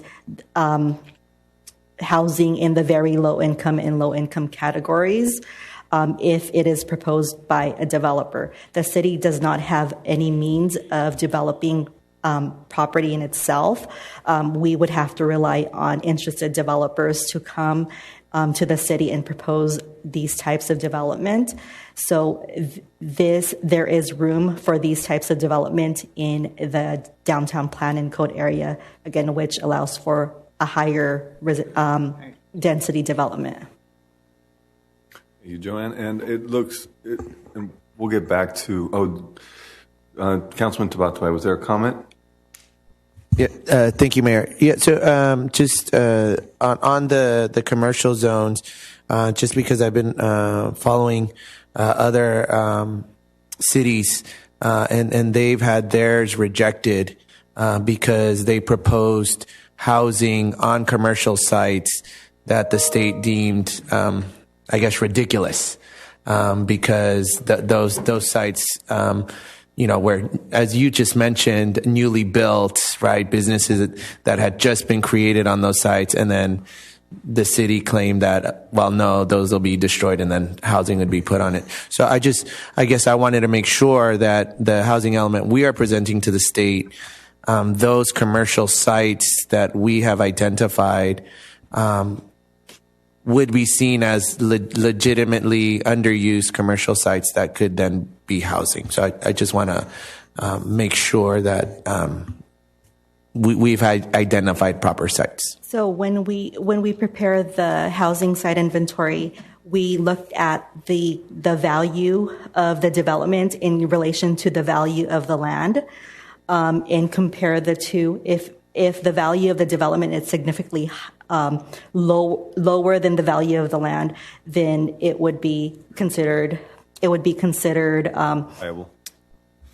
Good for future development. But if it's significantly, if the current development is significantly higher, then it might not be suitable. We still included some of those sites, but I looked through every single in this process. I looked through every single APN that we included, and I made sure that it is suited, and it's not something that we would be criticized publicly over, because it's something that can be possibly developed into housing. We included a large buffer because we do realize that the state may reject some of our sites. So we have some room for its potential, but overall we feel that what we have is suitable for future development. And I would also like to add that we did include sites that we currently have development proposed on that may not have originally been included because it wouldn't seem like a possible site for residential. So we were able to include those sites as well. In addition, we included certain proofs that may be needed or required. For example, if we have been contacted by a developer about a certain site, because there is interest for development in that site, we've included documentation that shows that there is a potential for that site. And it's not something we had just made up. City Manager? If I could just So in conclusion, we're very comfortable with what we're submitting to the state. Sorry. I'd just like to add one thought. I believe this is a good faith effort on the part of the city to comply with state law. We do have one more person who would like to speak, Mayor, Mr. Bill Robinson. Go ahead. The point I was trying to make was I'm not yet convinced that this will be approved by the state. That we're going to have some serious conversations with them. They've staffed up in a way that we've never seen before historically to review these local elements. Got it. Okay. Bill, sorry, I didn't So realize I'm a you were little gonna speak. confused. I guess it's not been approved by the state yet, but here we got Sacramento messing in the local situations, and SB 35 was mentioned. Is that a pending bill? And also AB 2011. You have to follow the money, and who's lobbying SB 35 and AB 2011? Let the residents know who's paying for this, who's lobbying in Sacramento, and maybe you could solicit the opinion of the local real estate associations. There's to see where and I'm kind of curious about what the League of Cities thinks about this garbage.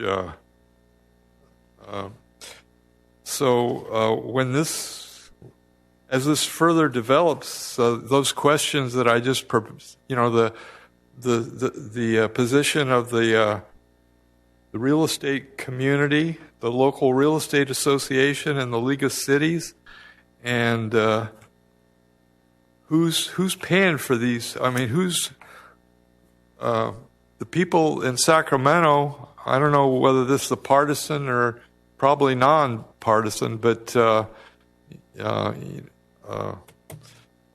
who's funneling money into the hands of our legislature to do this? Good See question. you later. Thank you. Any other speakers before we continue? Okay, now seeing none, now we'll continue with, we'll close the public testimony and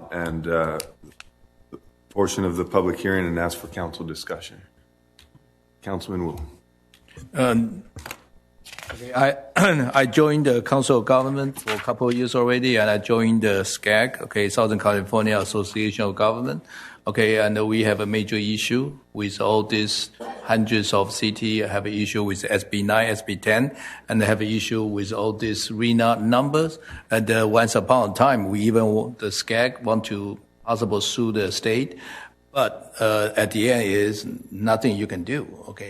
Basically, the Sacramento already make a decision that we have to do what they want, meaning we have to create housing.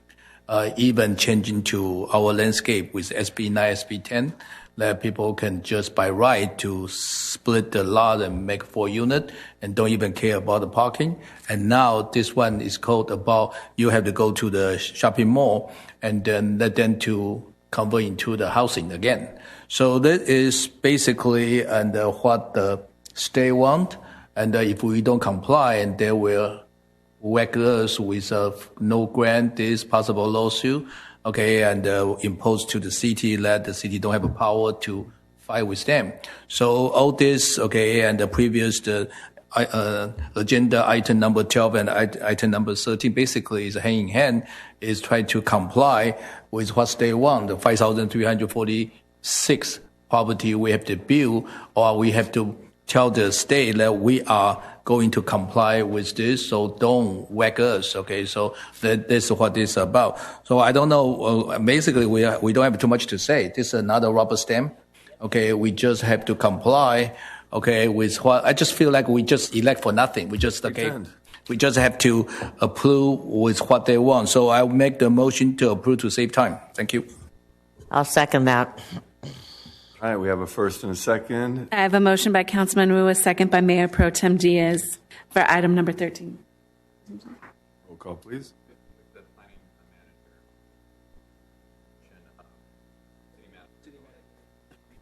Oh, yes. Councilmember Tabatabai? Aye. Councilman Wu? Aye. Councilwoman Lopez Beato? Aye. Mayor Pro Tem Diaz? Aye. Mayor Castellanos? Aye. Item passes 5-0. Thank you. All right, so it takes us to the end of our meeting. Do we have any council member reports, requests, or comments? I have a request. Councilman Wu. Thank you, Mr. Mayor. I'm going to request the city attorney to look into. Bowen Park just approved overwhelmingly 75% approved limit contribution to not only the candidate plus the PAC, Political Action Committee. They basically $750. So I think we are $500 because the inflation becomes $600 or something. So I want to let city look into it. Put agenda for next time to see we are going to restrict it. We're going to raise to $650 per person per candidate, and the same thing including like Bowen Park the PAC. And to receive $650 and the contribution need to be disclosed where this money coming from, like everybody. So we don't have a superpower, spend unlimited money to attack a candidate or support a candidate, and this becomes so unfair. For special interest to come to the city and use the almighty power. It's no different than previously the business spending their top dollar to buy the vote. So I think we should restrict it, limit it, and have a equal playing field for everybody, $650 for the candidate to receive the donation or each of individual, and then none of them should be connected with the city project or anything, and plus the PAC, something too, should be restricted, it's same equal requirement, so in the future, our candidate can, go to their policy rather than just attack. This is my request. I'll second that. And Do we need any further discussion? Anybody against this? Otherwise, okay, we should be approved this, Mother, may I? I agree with this. I think it's a good idea. Yeah. Cool. Do I have any other council member reports, requests, or comments? Sorry, I'm going to talk a lot, okay, but this is quickly, I just want to thank, okay, our Veteran Day, and I want to thank the staff. Okay, thank you, Roseanne. Okay, with our community service staff, and they really work their butts off, and they put a chair. We walk in, we see people doing the barbecue, and you see the balloon, and you see the chair, and you see a lot of people. This year, have a lot of our veterans attend. Okay, and I really appreciate this is a magnificent, heartwarming event for our veteran, and I want to thank the staff. Thank you so much for the hard work, and thank all the staff, okay, for their participation and contributions. Thank you so much. Thank you. And I'd like to say the same. And also, I hope everyone has a happy Thanksgiving.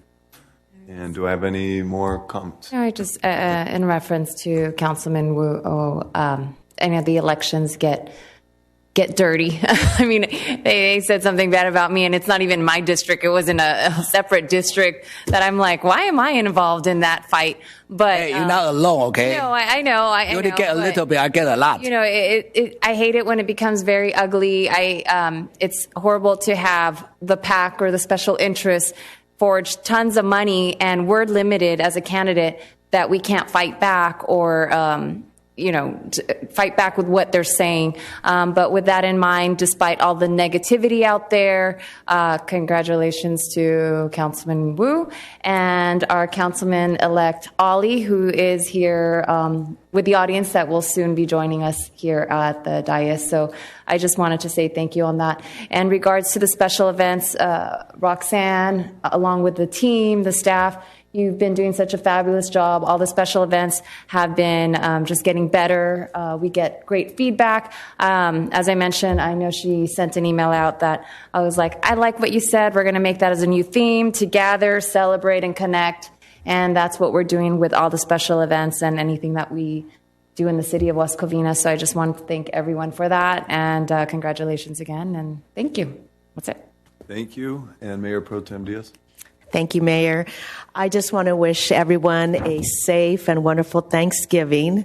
And I also want to congratulate Councilman Tony Wu for his reelection. And I'd like to welcome the new Aligario, Ali Cantos, elect councilman. And congratulations to you too. And just be safe out there for Thanksgiving. I'm really looking forward to it, to be with the family. Bye-bye. Thank you. Any other reports, requests, or comments? Councilman Tabatway. Thank you, Mayor. Again, I would like to thank staff for a great Veterans Day event. It was extremely well done, and each event just gets better and better. So thank you to staff. I would like to extend another congratulations to Councilmember-elect Ali Cantos on a great campaign, and to Councilmember Wu, who will be... Oh, my God, you said that to me. Oh, I'm so honored. This is the first time. You put tear in my eye. Yes, and so obviously two more years together of great drama that everyone can look forward to. It's called a rating, okay? No conflict, no rating. Fantastic. And lastly, I just want to remind the folks that this Saturday is the big game. And so my mighty UCLA Bruins will be maintaining the victory bell as they take on that school from South Los Angeles. And so... I know City Manager David Carmody might have a rooting interest on a particular side, but I'd like to offer this to the City Manager, see if he would take me up on it. Can we? So say bet. So I'm proposing. Attorney? I know we both. Is that legal up here? We both love the suit and tie, but to the loser, if we could wear the opposing team jersey at the next council meeting, I have a beautiful powder blue and gold jersey that would look great on you. And it's a size small size. All right, fantastic. All right, bets on. Okay. With that, we are adjourned.